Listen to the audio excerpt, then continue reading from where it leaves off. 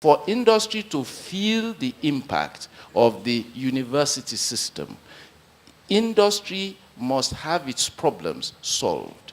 And for that to happen, between yourself, NUC, the Ministry of Education, some mechanism for corralling the nature of the problems that industry faces needs to be done. And sorry, for education, sir, you need to work with the Ministry of Budget and Planning. You made a point which we shouldn't lose sight of.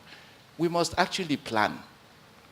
We must know how many people in which sector, over what period of time, corresponding to what profile are we really looking for. Failure to do all of these, we will continue to spend billions of dollars and get absolutely nothing for it. I think, to my mind, the primary challenge for us in trying to revitalize our universities to make them to contribute to producing good graduates as well as contributing to national development is to go back to that original objective. How do we ensure that products of university system are learned and have the character? So it is not just about focusing on entrepreneurship. Because if you focus primarily on entrepreneurship, then you miss the fundamental essence, and also the objective of entrepreneurship itself may not be achieved. So the crisis of higher education in Nigeria is related to the eroded capacity of these systems to give adequate and appropriate learning plus character to our graduates. So the challenge for the model that has been talked about is how can government, in partnership with the universities, in partnership with the private sector, go back to address that fundamental challenge.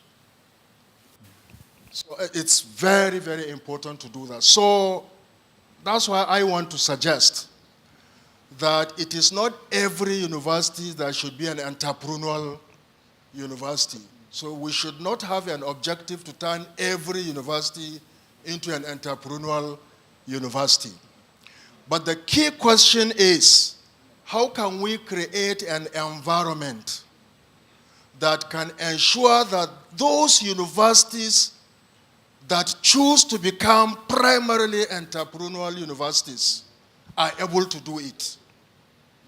And again, this kind of partnership can help create that environment. For example, most of our public universities have legal constraints in terms of how they can push and drive the issue of entrepreneurship, beyond just IGR as a revenue generating component. For example, Bayero University, we've had so much land given to us as a new campus, and if you want to take just 1 hectare of it, even to do a hostel in public-private partnership, not to talk of parceling it out for other business, it's very, very cumbersome.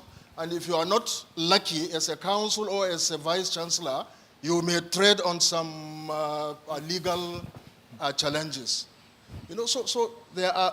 But universities should promote entrepreneurship in their curriculum, in their programs, but that should not necessarily mean becoming an entrepreneurship university. So I hope we need to, unless we get this clear, we may have difficulty in achieving what objectives we set.